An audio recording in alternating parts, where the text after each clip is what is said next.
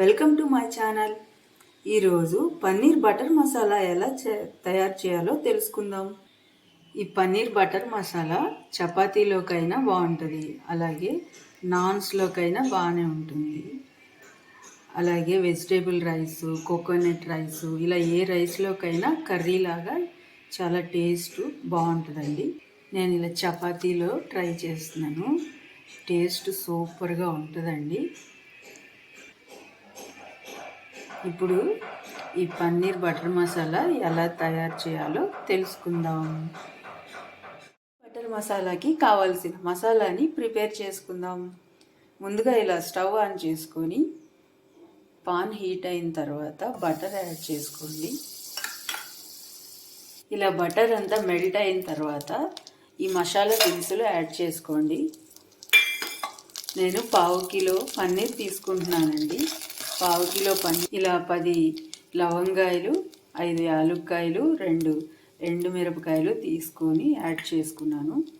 అలాగే 1 అంగుళం అల్లం, ఒక 20 రెబ్బలు ఎల్లుల్లిపాయలు యాడ్ చేసుకున్నాను. ఇవి కాస్త ఇలా ఫ్రై అయిన తర్వాత ఇప్పుడు దీనిలోకి ఉల్లిపాయలు యాడ్ చేయాలి. 2 ఉల్లిపాయలు యాడ్ చేస్తున్నాను, మీడియం సైజు. ఇలా కట్ చేసుకొని యాడ్ చేసుకోండి. అలాగే దీనిలోకి ఒక 10 గోడంబి యాడ్ చేస్తున్నాను.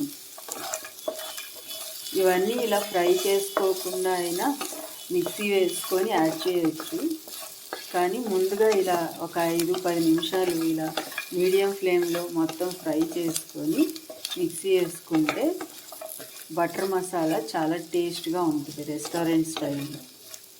అలాగే ఇప్పుడు దీనిలోకి టమాటా ముక్కలు యాడ్ చేస్తున్నాను.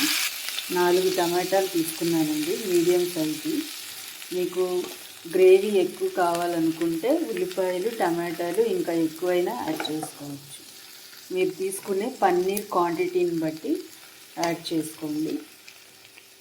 నేను 1/2 కిలో పన్నీర్కి ఈ క్వాంటిటీ యాడ్ చేస్తున్నాను.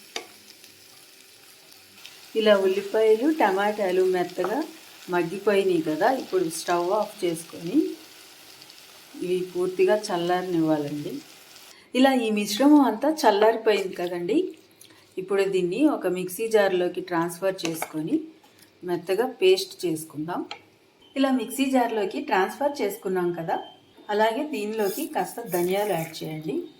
ధనియాలు దానిలోకైనా యాడ్ చేసి ఫ్రై చేసుకోవచ్చు, కానీ ఇలా అయినా బాగుంటుంది. మీ దగ్గర ధనియాల పొడి ఉంటే పొడి కూడా యాడ్ చేయొచ్చు. అలాగే కాస్త పసుపు, అలాగే కాస్త జీలకర్ర.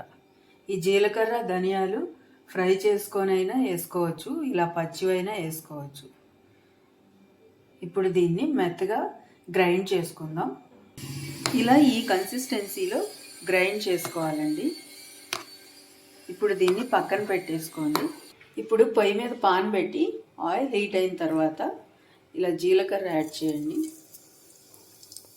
అలాగే కరివేపాకు మీకు ఇష్టం లేకపోతే స్కిప్ చేసేసుకోవచ్చు.